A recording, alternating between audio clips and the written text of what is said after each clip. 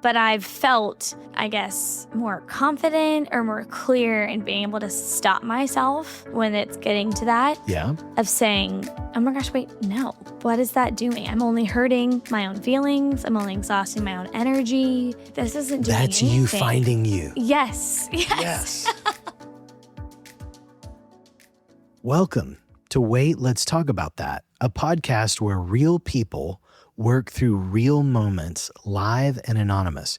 I'm Dr. Lee Long. And I'm Lila Pond. And today we're talking about something that sounds noble until you're living it. And that would be pouring yourself into everyone in front of you all day and then wondering why there's nothing left over when it's finally your turn. Yeah, giving has a way of disguising itself as goodness right up until it empties us all the way out. And somewhere in there, I'm fine becomes the thing we say instead of the thing we are. Oh, that's where the wait method comes in. One simple question that creates just enough space to change the whole moment. Where am I in this? Yes, our guest today is staying anonymous.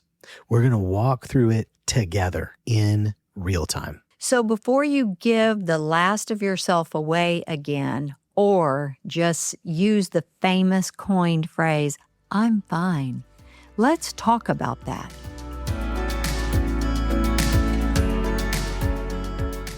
Just as a reminder, this podcast is for educational and entertainment purposes only. This is not therapy and does not create a counselor-client relationship. You confirm? I confirm. Awesome. Thank you for coming back. Of course. We talked about the whole finding yourself in the midst of things. Where am I in this? Yes. And so I'm curious, what's that been like? It's been awesome. I've actually Really? thought about that phrase a lot. Okay. I have a lot coming up that is, I don't know if triggering feels too aggressive of a word, Okay. but it's going to be testing a lot. Okay. And I've had to, I think for me as somebody that is so others focused and such a helper, Yes. I've had to ask myself that question a lot. Okay. Just in terms of weekly rhythm stuff for me. Okay. And then with a couple events coming up that, I mean, they're still very active wounds, I guess, but I think it's a weird paradox of, okay, I've had some time away from this person and everything that happened. Am I all the way good? No. Am I still Yeah. actively grieving? Yes. Okay. But reminding myself that with this specific person, it's the person I dated Gotcha. that I thought we were headed towards marriage and Right. we're not. So to remind myself it's not my job to make that person feel better, Oh. which is hard because I'd rather have everybody else around me be okay. And I forget about myself a lot. Wow. Yeah. And so just remembering that it's not my job, it's not my responsibility. Yeah. What am I really able to offer right now? And then maybe even more raw or harsh, I don't know, is it's not my job, it's not my responsibility, but they also don't deserve for me to give as much as I did previously. Okay. And so Can I press into that? you can. From the sounds of it, it still feels like it's others focused, Yes. just in what they don't get. Yeah. So how practically do you feel like, if you're like, hey, I need to phone a friend and I'm that friend, I'm right here. But how do you feel practically, like, could we flip that script, I guess I should say? Yeah. You mean like, what do I deserve? Or what can I? Uh-huh. Okay. And rather than I'm not going to give you this. Yes. What I would love to shift with that is what am I going to give me? Yes. No, I love that. Because, and again, it's not to be selfish. No, I know. And that's my whole thing with this. It's been so relevant, truly. But it's been my awkward tension with that. Is very well said. Yes. Yes. Thank you. So how could you give a specific example for that awkward tension? Yes. I just think it's my, again, innate makeup and nature of, and then thinking of putting myself in the other person's shoes. I'm a highly sensitive person, whatever that acronym is. And I always think about, okay, what if the roles were reversed? And what would I want to receive as the other person? But that's not always helpful because it's also assuming the other person is wired the same way I am and what they would want to receive. Because here's the crazy thing. Sorry to interrupt. Yeah, no, you're fine. Here's the crazy thing is that if we want to talk about selfish, yeah, it's for us to now hang with me, everybody. It's for us to try to anticipate other people's needs without ever checking with them. So then I'm giving you what I believe you want. And who's that all based on?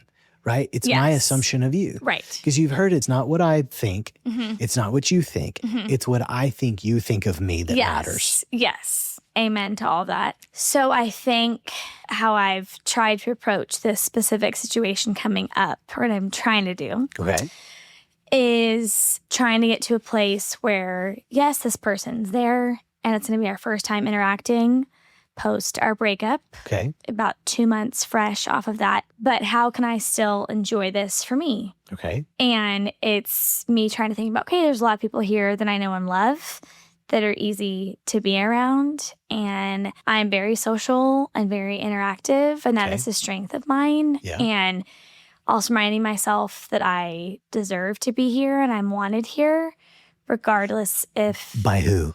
I mean, the people throwing it. Okay. Throwing this event. Okay. I'm going to push here. Sure. Are you wanted there by you? Oof. I don't know if I've gone there. Because the grief has been really... I'm learning a lot about grief right now. I think asking myself that question, where am I in this right now? Okay. I've been shocked a little bit by how much I cannot do and cannot give that is more typical of my capacity. Yeah. I think I am a very high capacity person. Yeah. And so it's been very humbling to realize right now I'm not that typical person that's very high capacity. And it's led to a lot more, I've not been as kind to myself. And I feel like a lot more judgmental, and I wanted to hurry the grief process. Sure. Judgmental of what? Gosh, it's made me emotional. A lot. I think just my energy levels, body image. I think just typically things and people that would fill me up, it's like it doesn't feel like enough. Yeah. And you know why it doesn't fill you up? Yes. And why it's not enough is because from what I hear you saying is you're struggling to believe it. Yes. Yes. Is that fair? For sure. Okay. For sure. I think grief is wild. I'm such a high achiever. You know, again, I'm just wanting to be the best for other people. I'm like, gosh, I feel like I just keep dropping the ball. Listen to what you're saying there. The best for who? I know. And nobody has articulated that at all. Nobody's, even like close friends of mine that know me well, nobody said, oh, I don't feel like you're showing up as my friend, or, you know, at work. Like nobody's made a single comment at all. In fact, it's been the opposite. I've actually had a couple of different work things thrown my way that I never thought would happen. In a good way or a bad way? In a great way. Okay, cool. In a great way. Okay. And I feel like in a lot of people just still trusting me and my capacity and my character, which has felt ironic because of how I'm viewing my capacity. Yes. And again, my faith is so important to me. Yeah. And I think also not questioning the Lord's character, that's never been a struggle in my walk, but just kind of questioning why there's been so much continuous change. And it's felt like I haven't had the margin because it's so much over and over again. I'm like, okay, I'm trying to ask myself, like, where am I in this right now? But it feels like there's no space for that. I don't know if that's just my weekly rhythms. My counselor has brought up with grief that sometimes we have to have the grief work through first and kind of get that through first before we can really address like some other things. And just in my healing journey and self-growth journey and really trying to tackle sin patterns and just things that I not want to be better, like there's a measuring stick, but I just know would bring about more peace for myself and those I interact with. How do you view yourself in the midst of that? Like, how do you view yourself in the midst of that grief?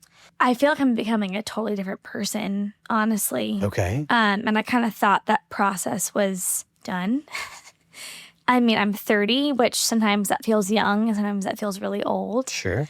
because I'm part of a friend group that 90% are married with kids. And so that's different. And it's, just how you get to hang out with them is bringing the meal for the meal train or the baby shower, the bridal shower. And I truly love all of that. Right. But okay, let's answer the question. Where am I in this? Exactly. And what's the answer? The answer is it just feels awkward. Okay. And while I know I'm good at it, do I want to do it all the time? No. Okay. Do I need to probably just call it for some of that and say, gosh, like I'm a public school teacher. I can't really financially afford this. Okay. Or just it would be better for me right now in this week to not go, like send the gift, but not go. Or do go. you feel the freedom to do that? I do. I mean, I have wonderful community that I know would never assume. And they won't. No. And look at how quickly you go to the community. Yes. A wonderful community. They'll never fill in the blank. Right? Yes. But what do you think when you do that? I judge myself for that. Like I should be able to. Ooh. Or that's selfish. Ooh. Or. Why is it selfish? Because like, what else better do I really have? Like what else is really filling that time? Or what else am I really doing with that? And those finances? What's the answer to that? I don't know. I mean, it's probably a sweet space to take care of myself better, which I don't do. Okay. Because what it sounds like to me is that this question is really creating, I don't want to call it a crisis because that's overstating Oh my it. gosh, no. But it's creating some instability, not in your mental health, but it's like, it's creating a little bit of vibration of, oh my gosh, this is a part of my world I've really ignored. Yes. And so now there's this awareness. It's like when you fall asleep on one of your arms. Yes. And you lose feeling. Totally. And you touch it and you're like, oh my gosh, whose hand is that? You're like, oh, it's mine. Yes.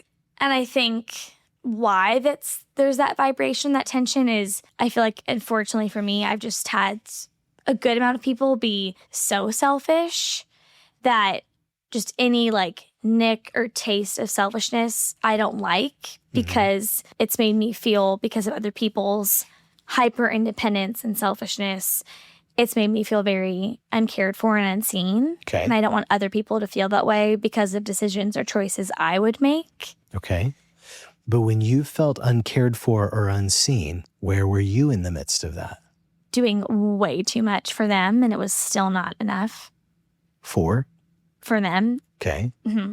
Because look at the power that we let go of. Yeah. When we think I'm doing this for you, and it wasn't something that you specifically requested from me, but I think I'm going to get something from that. Yes. Does that make sense?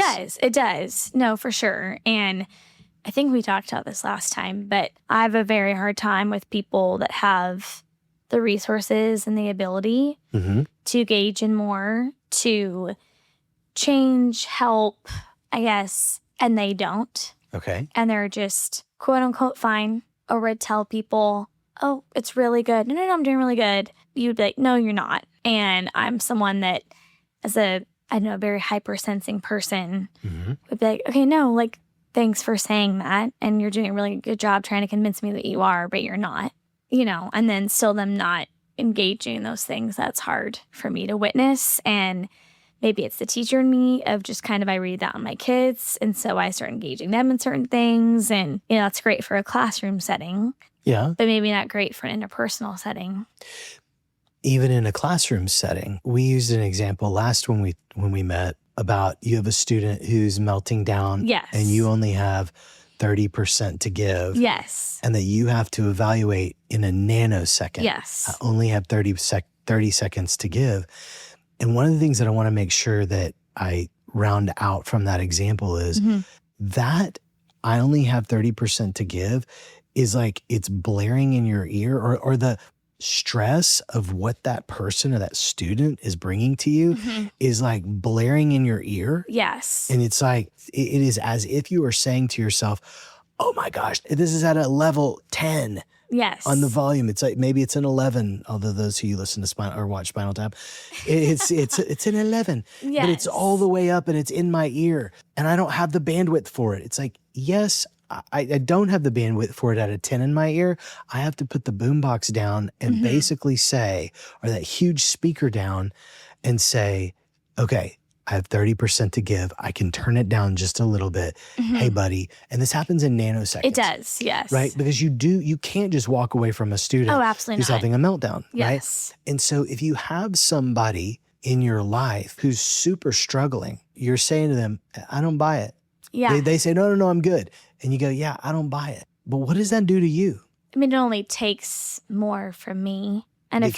phrase I've used at my, I guess, crisis in that is I feel like a shell. And I am not a shell. I know I'm a very safe, approachable person. I've had many people, different types of relationships in my life say, I feel like I could tell you anything and you'd receive it and you'd want to help me, or you wouldn't judge me in that. And I love that. I love that that's essentially the impression I give off, or they feel that level of comfort, or affection from me. And that's great. But there is a line, and there's a whole analogy that I love. I think Brene Brown talked about, or somebody talks about, where it's like the man's in the hole and the three people walk by.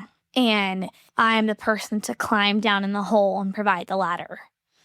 And I love that I have that gift mix. That's awesome. But if you're not going to climb up the ladder, I think it's where I have then kept going too much to try to get somebody up the ladder out of the hole. Right. It's just not my job. Because, I mean, it couldn't be easier at that point. You have a freaking ladder down the hole.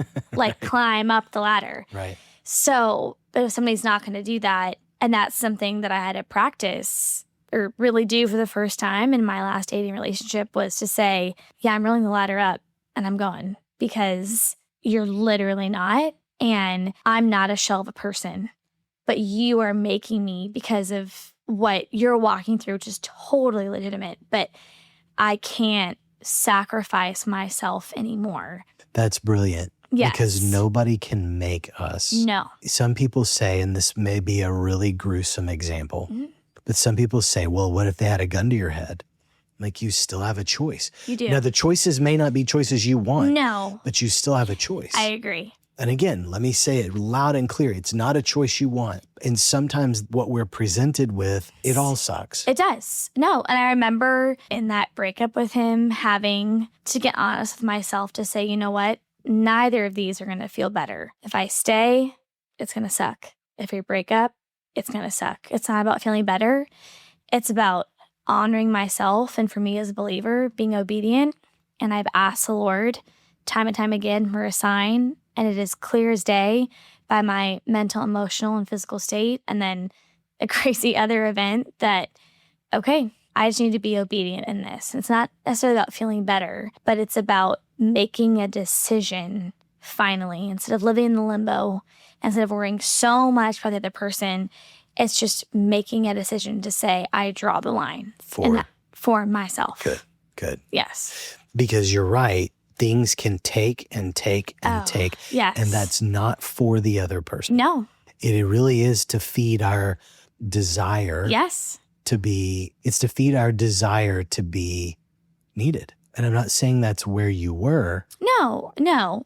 But I'm saying we have to watch for that, especially we do. with the, as you called it, and I like it, the gift mix you have. Absolutely. You know what I'm saying? Oh, Because yeah. then we start doubting everything. Oh, for sure. We start questioning, who am I? Yes. Am I lovable? Yes. Am I attractive? Literally. And I think the answer to that has to be, in the beginning, do I believe I am? And that's so difficult, because this fun event that you have, we're going to be looking at it from the perspective of, wait, where am I in this? Yes. Do I want to be here? Do I want to talk to this person? Yes. Again, not from a selfish standpoint. No. That because I want to, then you have to. That's selfish. But because I want to, I'm willing to put myself out there. And if you don't want to, okay. Yes. You know what I'm saying? Like, Yes. if I, Lee, want to be there, and I, Lee, want to say, hello to people, I, Lee, should feel free to do that. Yes. If you others don't want to say hello to me, or if you others don't want to talk to me, you should feel free to have that experience. And then I then have to step back and say, no, this is the kicker. We tend to step back and say, then I'm not wanted. Yes. Which is a very global statement. It is, yes. But what's the truth of that moment? I'm not wanted in that moment in that way. I am wanted by me. I want to enjoy my own company. As silly as that sounds. Yeah, no, and I've had to work on that for a couple years. But no, like I am the person, I mean, I could have never done this a couple years ago, but I go to a movie by myself. I go to dinner by myself. I'll go and grab a glass of wine by myself. Yeah. And I'm okay. I'm totally okay. A couple years ago, I could have never done that. And even I had a girl ask me who was recently divorced, my same age, last week. She was like, how are you able to be here by yourself? I was like, oof. I mean, 3 years ago, no. Now can. Why? What shifted?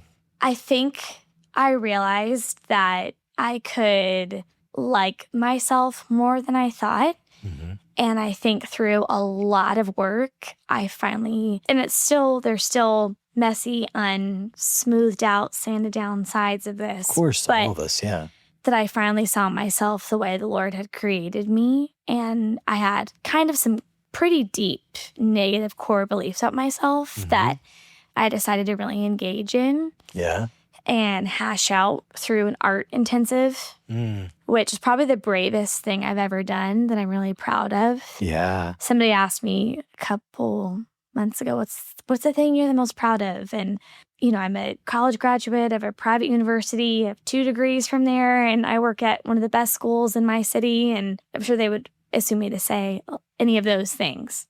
And I said, no, it's my counseling intensive that I did, that I had to save up a ton of money for, even reach out to people to help me with that, which is also very humbling. But I would say that because I feel like it was the biggest gift I could give myself to really engage in fighting against so many deep lies and just, you know, from a neuropsychology standpoint, like so many deep grooves in my brain that I'd run down for years. I feel like it's the biggest gift I could give myself. And as somebody that has a desire to be a wife and the mom that I hope to be, it's the biggest gift I could give my future husband and my family is just to see myself rightly unto the Lord. So that way, you know, in front of them, I can say, yeah, no, it's not perfect. And those things creep up for sure. But I feel...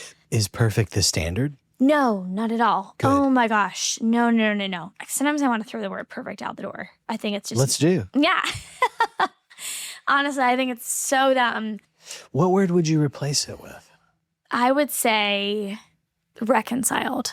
I love that. I would say reconciled. I love that. Reconciled to the woman that the Lord designed me to be. That is in her flesh, trying to live in accordance to what He's called me to in every area of my life. Stumbling along the way for sure. Okay.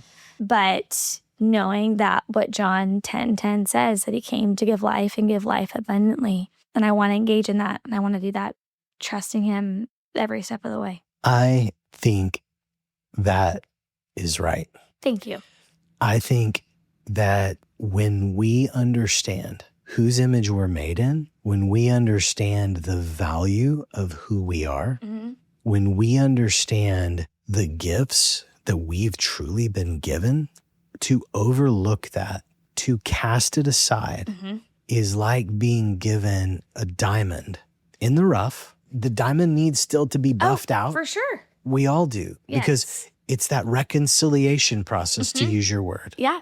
I would have said completion or completing. Yes. The reconciliation, I like that better. Thank you. It's that process of being formed. Yes.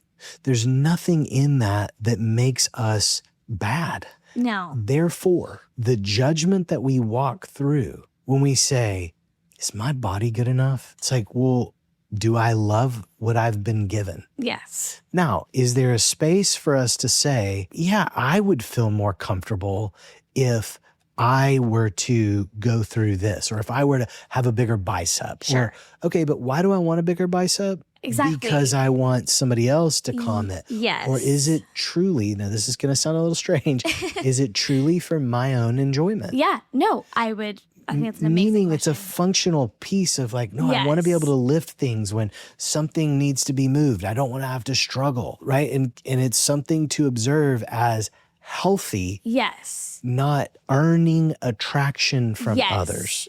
Does that make sense? Oh, it totally does. And that's a place that I think, as you go about your event, that it's, I belong. Mm-hmm. I am worthy. Why? Because my values, my relationship with my God, my values say that I'm worthy. Yes. I believe that I'm worthy. Mm-hmm. See, we miss that step. We Yes. take what our values, from your standpoint, you have this beautiful, strong relationship with your Lord. And we take for granted, or we overlook ourselves. Mm-hmm. We fail to see, wait, where am I in that? Yeah. We go straight from our values straight to others like that. Yes.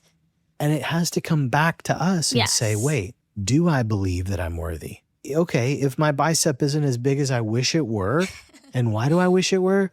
Oh, because I want it to attract people to me. Mm-hmm. Therefore, I'm trying to get the environment to do something that, and look, is that holistically bad and wrong? No. But where am I in that? Right. And can I be honest with myself that I'm really pulling for that bicep because I want to be pleasing? Mm-hmm. Again, remember, it's not what I think. It's not what you think. It's what I think you think about me. Right. And I know that I'm not saying it's taking you, but it does take a long time to think through, wait, I think you think, then what I think you think of me. Yes. Right? Because Yeah. it is this mixy, topsy-turvy type thing. And it's funny when I think about other people, I don't go through that whole thing with them. Like I just take them in, and for me, once you're my people, you're my people. So I basically will love almost everything that you do. Right. Unless it's just glaringly morally wrong, Right. or I feel like not in accordance to who I feel like you are. I mean, I will very rarely call anything out in someone because I just love people. I'm like, oh my gosh, I think everything you do is awesome. But is that loving people? I mean, not all the time. No, Mhm. it's not. Mhm. It's not. But I realized through something early on in my counseling process was how positively and graciously I talked with other people. Mhm. And then my counselor, it was one of the first times I broke down in counseling. She was like, I hear you talk about other people that have done some really bad things to you, by the way, very graciously, with a lot of forgiveness. Mhm. And you always talk about positive things about them first. But she's like, if I had to guess, your inner voice about yourself is pretty negative. And it hit me like a freight train. Yeah. And I just started to think, I was like, wait, it is. It's really loud and it's really negative. And I do not talk about myself the way I talk about other people at all. Like, I think people would be shocked beyond belief to hear what my inner voice would say about myself versus how I talked about them. And in some cases, it should be radically reversed because some people have been Right. horrible. Right. But I don't know. That's, again, as a believer, I would say it's the Holy Spirit, because I guess. That it's reversed that way. But let me ask you something. Yeah. Where are you in that positive talk towards someone who has been harmful to you? Yeah. I don't know. Okay, let's look for her because this is super important. Yeah. Because you're saying that I talk to myself like trash. Yeah. Maybe not all the time. No. It's gotten better for sure. I would imagine. But before you saw it, it's like, wait a minute. Why do I talk to myself in a way that I won't talk to other people? Yes. So where am I in pumping you up when I'm tearing me down? Yes. So where am I? Yes. I think I've always said it's felt quote unquote easier to fix and criticize myself and judge myself than really be honest to other people about what has been hurtful or harmful in their actions or words, because I've wanted something so bad. I've not been honest enough with myself to say, I just don't like that person. They're not a good fit for me. They don't bring out the best in me. Whether that's a friendship, a dating situation, a professional thing. Yeah. I think it's felt, even though I can ream myself to bits and pieces, like, oh no, I wouldn't do this to somebody else. But so then why am I doing that to me though? That doesn't make any sense. So I'm worthy of being ripped to shreds. Come on. but they're not. And like, not that I don't like to play that game, but it's. Well, but let's leave them off and let's stay on you. Yeah, Am I really worthy of that? Yeah, no, absolutely not. Okay. Yes. So where are you in that? Yeah, it just became my default. Right. It's really hard to change that. So you know what I hear you saying to me? Is you're beginning to find you. Yes. You're beginning to see, wait a minute, why won't I ream you, but I'll ream me? Yes. And you're the one who warranted the reaming. But I will ream myself when I didn't necessarily warrant a ream. I know. And I don't know really what that comes from, but I've felt, I guess, more confident or more clear in being able to stop myself when it's getting to that. Yeah. Of saying, oh my gosh, wait, no. What is that doing? I'm only hurting my own feelings. I'm only exhausting my own energy. This isn't doing That's anything. you finding you. Yes. Yes. Yes. It's just not doing anything. No. And it's certainly not productive. no. Because at the end of it, do you feel better? Do you feel... No, not at all. It's like just a weird routine you go through that feels comfortable. I mean, an analogy I always love in that is you've driven the same way to work for 8 years and somebody tells you, oh, if you turn left, by the way, up here, you'll save 3 minutes. But you don't because you do what you know. Right. Versus logically turn left, save 3 minutes. Like, great. Now you can not stress parking your car or take a sip of coffee before you walk in. Like, that's awesome. But you don't do it because it's a weird lie that your brain believes. Oh, no. Like, keep doing this. That's what you're comfortable in.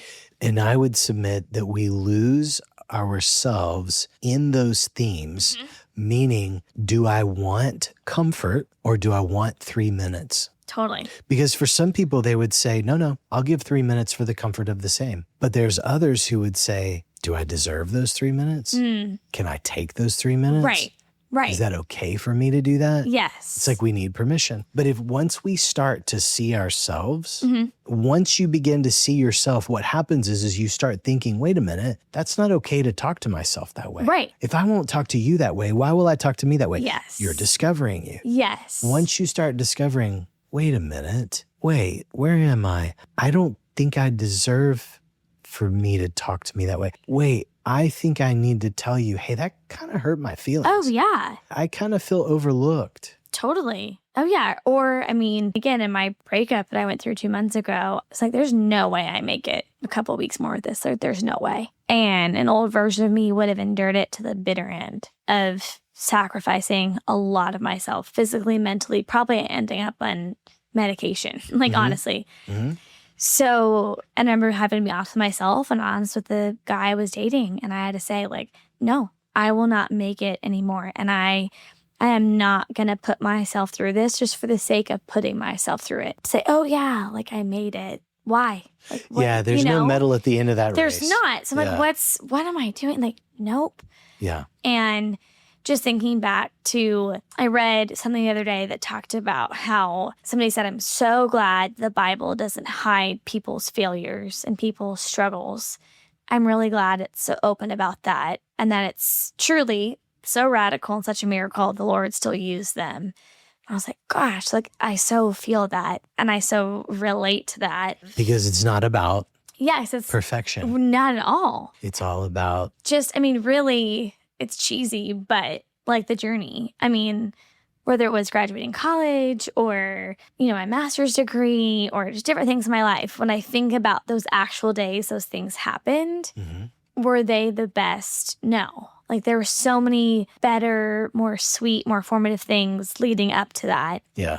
Than actually getting that. And when I think about Jesus and his life on earth, and I know The Chosen is like an interpretation, but I think it does such a good job of just illustrating like so many of the in-between moments for him in his 3 years of ministry here on earth. That conversation or that thing, like wow, like the marriage, that's so much more relatable or formative than those like key markers of, the gospels that we know of things that he did, which are great. But I think it's what makes him such a relational and personal God is those things and is those in-betweens and those conversations. And I think about that for myself and my own journey of self-discovery and healing. Like it really has been those more surprising, small idiosyncrasies, like different things that have been way more formative than like actually arriving at, You're reminding me of I've run a few marathons. Yes. And my first marathon, I ran it because I'd run a bunch of half marathons. So I ran it in 2 halves. Thought, oh, I can do this. I've done a bunch of halves. So I got to the halfway mark. I thought, wait, I got to do this again. And I just kept thinking, get to the finish line. Yes. Get to the finish line. The good is coming at the finish line. Yes. Let me just tell you, when I got to that finish line, I was so mad. Because when the person handed me the medal, and my first marathon was the New York Marathon. Oh, yeah, one of the majors. That's a one of big the big deal. ones. Yeah. And so I get there, and I looked, I'm like, this is all I get for all of that I just went through? Yes. Because where was I? I wasn't on the course. No. I was you at were the finish all line. The way.